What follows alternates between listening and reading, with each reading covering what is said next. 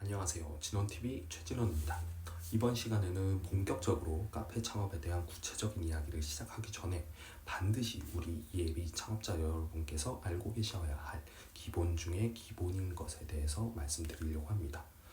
여러분, 제가 카페 창업을 이래저래 말리는 것처럼 보이는 컨텐츠들 좀 찍어서 올렸습니다. 커피나 카페도 모르는데 창업하려고 하시는 분들 하지 마셔라. 심지어 커피 잘 아는 분들 카페 창업하지 마라 말씀드렸습니다. 이런 말씀을 왜 드렸느냐? 오늘 이야기할 부분에 대해서 꼭 말씀드려야 되기 때문에 위의 내용들을 말씀드린 겁니다. 오늘 컨텐츠는 정말 중요합니다. 어떻게 보면 카페뿐 아니라 어떤 창업을 하시더라도 반드시 기본적으로 알고 계셔야 될 내용이기 때문에 창업이라는 시장에 발 담그시기 전에 내용 끝까지 보시면 정말 도움 많이 되실 테니까요. 그리고 내용 후반부에 오늘 컨텐츠 관련해서 초보 창업자분들께 도움될 만한 하지만 정말 놓쳐서는 안 될 정보 제공해 드릴 테니 끝까지 함께 해주시면 감사하겠습니다. 오늘 여러분들께 말씀드릴 부분은 바로 상권, 제품, 가격입니다. 다시 한번 뭐라고요? 상권, 제품, 가격 이 세 가지입니다. 낚시인가 이 양반 하시는 분들 계실지 모르겠습니다. 위에 세 가지 중요한지 모르는 사람이 어딨냐 하실 테죠. 하지만 여러분, 제가 말씀드리고 싶은 부분은요, 각각의 개념이 이러하다, 이래서 중요하다 이런 이야기가 아니고요, 이 세 가지를 한 번에 무조건 묶어서 생각하시라는 겁니다. 여러분이 지금 카페 창업을 목전에 두고 있다고 생각해 보겠습니다. 뭐부터 하시겠어요? 어떤 분은 사업계획서부터 작성하시는 분 계실 테고, 어떤 분은 부동산 임장 바로 나가실 분 계실 테고, 어떤 분은 인터넷 검색에서 요즘 카페 트렌드는 어떤가 이렇게 보시는 분 있을 거고, 혹은 뭐 시기가 잘 맞아서 창업 박람회라던가 카페쇼 직접 나가셔서 정보를 얻는 분들 계실 겁니다. 다 좋습니다. 다 좋은데 이러한 본격적인 액션을 취하는 것과 동시에 하셔야 될 것이 있습니다. 바로 상권, 제품, 가격을 한 번에 묶으셔서 여러분이 앞으로 꾸리실 업장에 시뮬레이션을 돌려보시라는 겁니다. 거창하게 뭐 예상 매출이 어떻고 예상 손익분기점이 언제고 이런 것까지 디테일하게 뽑으라는 말씀 아닙니다. 최소한 기본적인 구상만이라도 가져가시라는 겁니다. 그럼 구체적으로 한번 예를 들어 볼게요.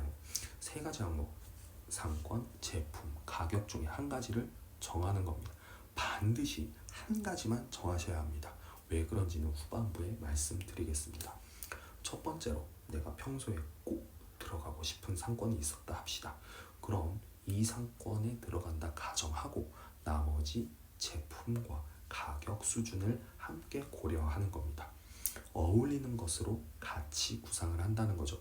예를 들어서 내가 들어가고 싶은 상권이 지하철역, 버스 정류장, 거주지구가 인근에 모여있는 출퇴근 유동이 많은 상권이다. 그렇다면 자동적으로 제품군과 가격대도 어느 정도 따라오게끔 설정을 해야 된다는 겁니다. 거기에 맞춰서 사업 계획을 수립해야 된다는 거죠. 이렇게 하려면 출퇴근 유동 상권에서는 뭘 팔아야, 얼마에 팔아야 잘 팔릴까요? 출근길에 아침 거르고 출근하는 직장인들을 위해 출근 시간에 아메리카노와 샌드위치를 묶어서 세트로 판매한다던가, 전날 숙취가 있는 분들을 위해서 숙취 해소에 좋은, 예전에 유행하긴 했었죠, 헛개 아메리카노 줄여서 뭐 헛개리카노라던가, 혹은 다이어트에 관심 많으신 여성분들 회사에서 드실 샐러드 도시락 아침에 건강음료와 함께 묶어서 판매한다던가 하는 식으로 말입니다. 그런데 이렇게 판매하게 된다면 가격 역시도 상권과 제품에 걸맞게 데일리로 즐겨도 부담 없는 수준으로 가야 되겠죠. 그런 다른 항목으로 예를 들어 볼게요. 예를 들어서 내가 꼭 판매하고 싶은 상품이 있어. 이번에 우리 친정엄마랑 같이 연구해서 개발한 달디달고 달디단 밤양갱 있다고 합시다. 이 제품을 키 상품으로 해서 다른 어울릴만한 음료 등과 엮어서 내가 영업을 하고 싶어. 그럼 상권은 어딜 가야 될까요? 출퇴근 상권일까요? 아니면 오피스, 대학가 상권? 저라면 주거 상권을 고를 것 같습니다.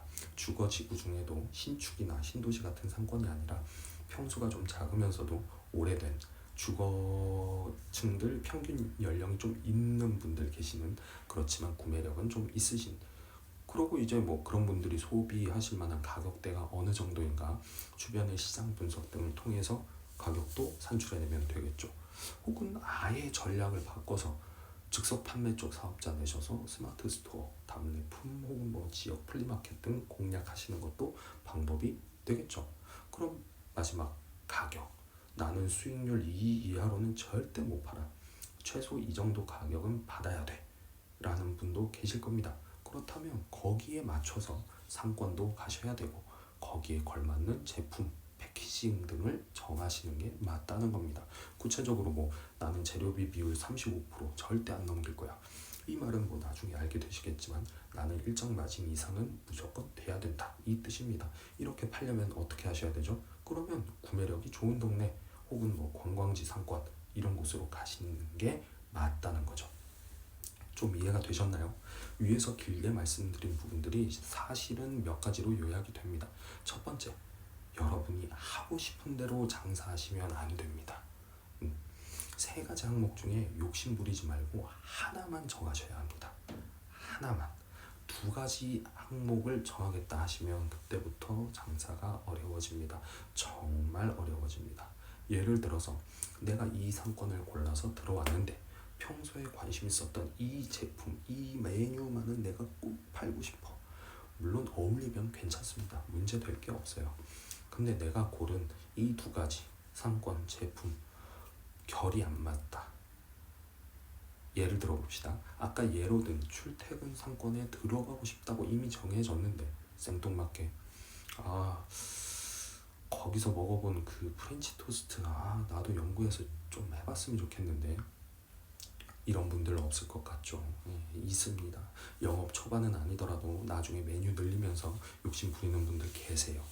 새벽같이 나와서 커피 세팅하고 샌드위치 포장 다 해서 냉장 보관해놓고 오픈 딱 되면 손이 커피색이 되도록 커피 내리기 바빠야 되는 상권인데 거기서 후라이팬 켜놓고 오븐 예열 올려놓고 프렌치 토스트 굽고 있다.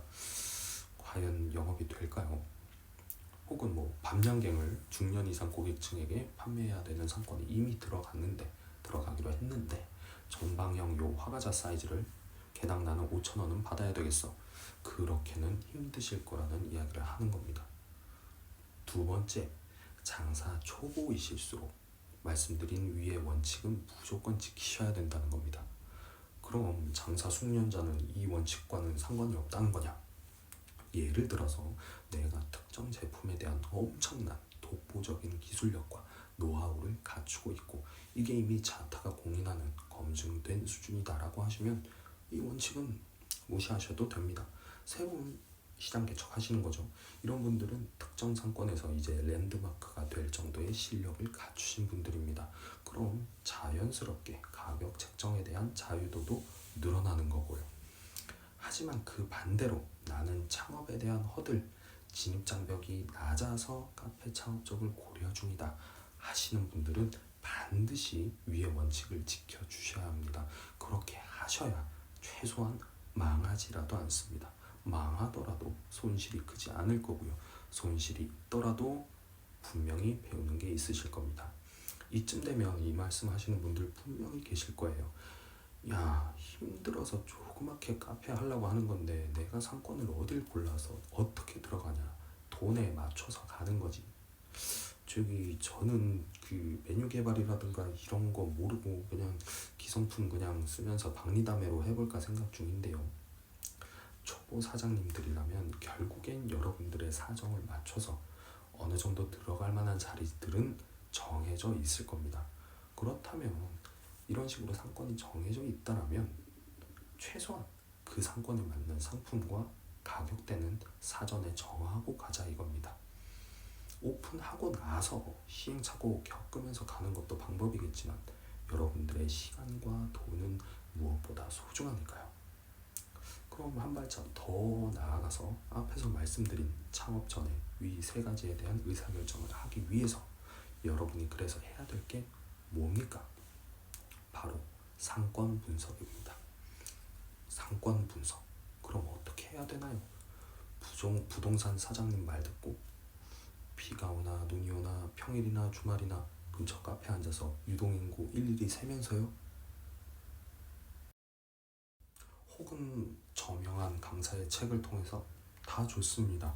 의미 있는 과정들 맞습니다. 하지만 제가 지금 소개해 드릴 방법은 무엇보다 직관적이고 편리하고 다양한 인사이트를 제공하기 쉬운 방법이라 소개해 드립니다. 바로 상권 분석 시스템을 이용하는 겁니다.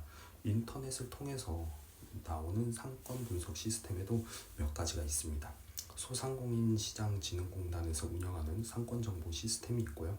서울 지역을 고려하고 계신 분들은 서울시에서 자체적으로 운영하고 있는 서울시 상권분석 서비스 역시도 도움이 되실 겁니다.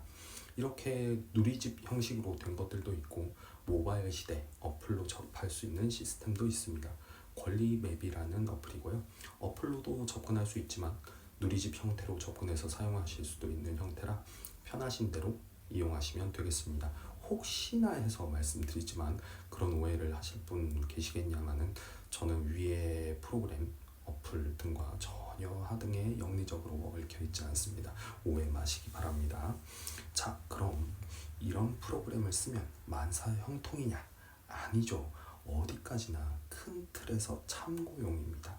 저는 개인적으로 생각하기에 상권 분석에 있어서 가장 어떻게 보면 소극적인 방법론이 아닐까 합니다. 발품 직접 팔아보셔야 되고요. 피부로 느끼셔야 됩니다.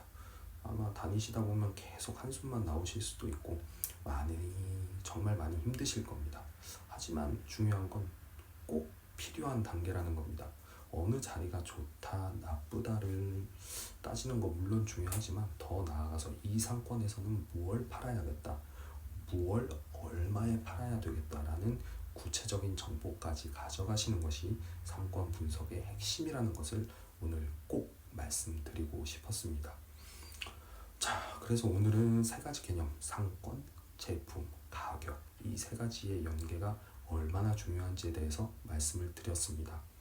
다음 시간에도 초보 창업자분들, 창업 준비하고 계시는 분들께 도움되는 정보들과 생각을 나누는 컨텐츠 가지고 오도록 하겠습니다. 저는 진원TV의 최진원이었습니다. 감사합니다.